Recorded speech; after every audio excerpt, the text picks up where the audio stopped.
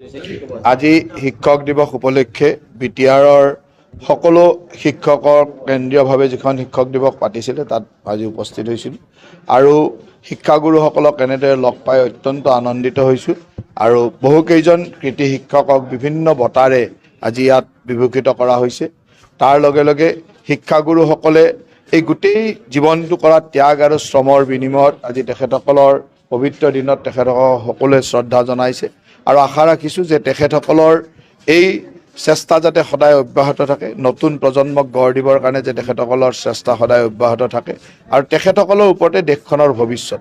গতিকে মই ভাবোঁ যে শিক্ষাগুৰুসকলে যদি সমাজখনৰ পৰিৱৰ্তনত এক বিশেষ ভূমিকা লয় শিক্ষাগুৰু হিচাপে, তেতিয়াহ'লে সমাজখন অতি শীঘ্ৰেই পৰিৱৰ্তন হ'ব পাৰে আৰু আমি প্ৰতিগৰাকী শিক্ষকৰ পৰা এই শিক্ষক দিৱসত তাকেই আশা কৰিম। মই আমাৰ সকলো শিক্ষাগুৰুলৈ অভিনন্দন জ্ঞাপন কৰিছোঁ।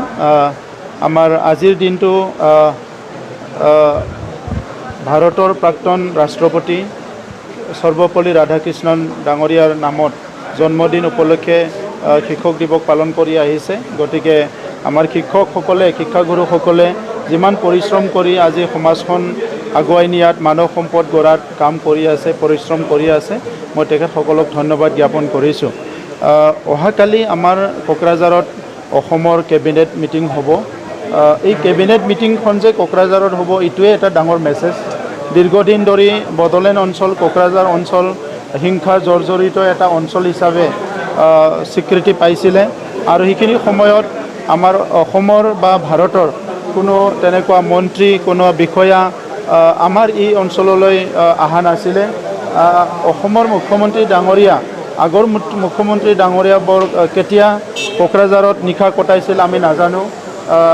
বৰ্তমান সময়ত আমাৰ মুখ্যমন্ত্ৰী ডাঙৰীয়া যোৱাবেলি দুবাৰকৈ তেখেতে মুখ্যমন্ত্ৰী হোৱাৰ পিছত আমাৰ তাত দুবাৰকৈ কোকৰাঝাৰত নিশা কটাইছে। এবাৰ কোকৰাঝাৰ টাউনত, এবাৰ মৰনৈ বাগানত আৰু আজি তেখেতে আহিব, আজি আৰু অহাকালি কোকৰাঝাৰত থাকিব। এইটো আমাৰ কাৰণে বহুত ডাঙৰ এটা মেছেজ। অসমৰ প্ৰত্যেকজন মন্ত্ৰী, কেবিনেট মন্ত্ৰী ইয়াত আহিব।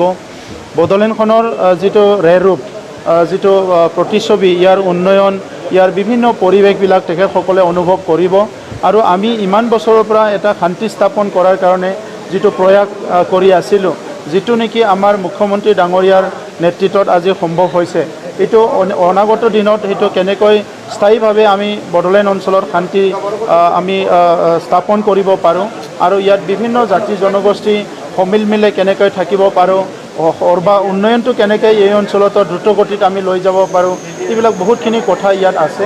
মই আশা কৰিছোঁ কোকৰাঝাৰত যিহেতু কেবিনেট হ'ব, নিশ্চয় আমাৰ অঞ্চলৰ কিবা নহয় কিবা ইছ্যুবিলাক আলোচনা হ'ব আৰু মই ধন্যবাদ জনাইছোঁ যে এই কেবিনেটটো আমাৰ কোকৰাঝাৰত লোৱাৰ কাৰণে, এবাৰৰ কাৰণে মই সেইটো ধন্যবাদ জনাইছোঁ।